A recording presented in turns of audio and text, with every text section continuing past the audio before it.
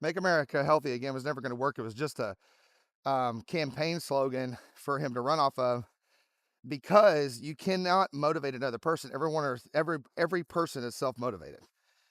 You're not gonna put all this stuff out there and force people to do stuff, and that's not gonna happen. You can inspire them to try to get them to make changes, but there's this principle, and it works in finance, it works in business, it also works in um, life choices people make and health choices.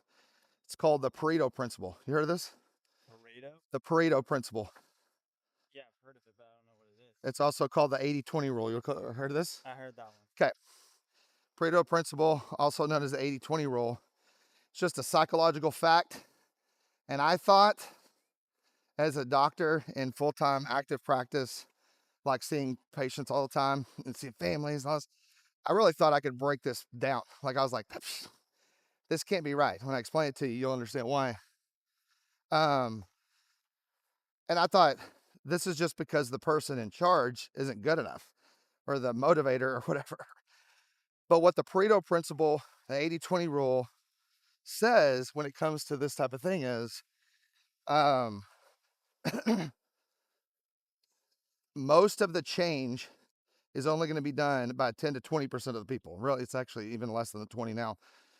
But if you take 100 people and you give them a challenge or a thing, or you inspire them with something, only 20% of them are going to do anything with it, ever. Because there's 80% of the people are going to keep doing the same thing. They're going to stick with what's comfortable. They're going to stick with what's easy. They're going to stick with what they know. They're going to follow the group. That's what 80% of the people are going to do. And then you've got a 20% group that'll actually do it. They'll actually try it. And then out of that 20%, there's probably only, 10 to 20% of them will actually ever actually achieve it. So it goes back to expectation again of, like, you know, politicians never have proper expectations because that's their job. Their job is to paint unrealistic expectations, good or bad, to get you to vote a certain way, because you have to look at the background of someone's agenda. Like, everyone has an agenda, right? I have an agenda doing this video. Like, I want you to get healthy. I want you to make good changes in your life. I want you to buy courses I have so you learn. I want you to be a member. I want you to buy my book, whatever. I have an agenda behind the stuff I do. Everyone does. And if they tell you they have no agenda, they're lying to you. They're lying. There's no way. So, you know, politicians have an agenda to get you to vote for their party, in question. That's it. They're not, you know, as much as I liked the stuff that RFK would say about his health, you know, um, health focuses, I also knew that it wasn't going to happen.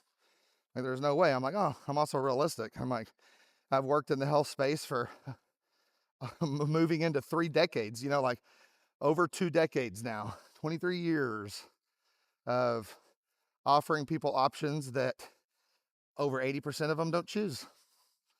That's just the facts, like, so that's really, like, as far as to make America healthy again, those of us who've worked in the health space. Now, the thing that we were hopeful about was that the Make America Healthy Again would open up doors for those of us who are in the actual health space to have more legal backing, more support, more policy driven things to make things more available for us, for patients and clients, and to make, to level the playing field. Because as it is right now, the American Medical Association and the medical system has all the power and all the benefits, period.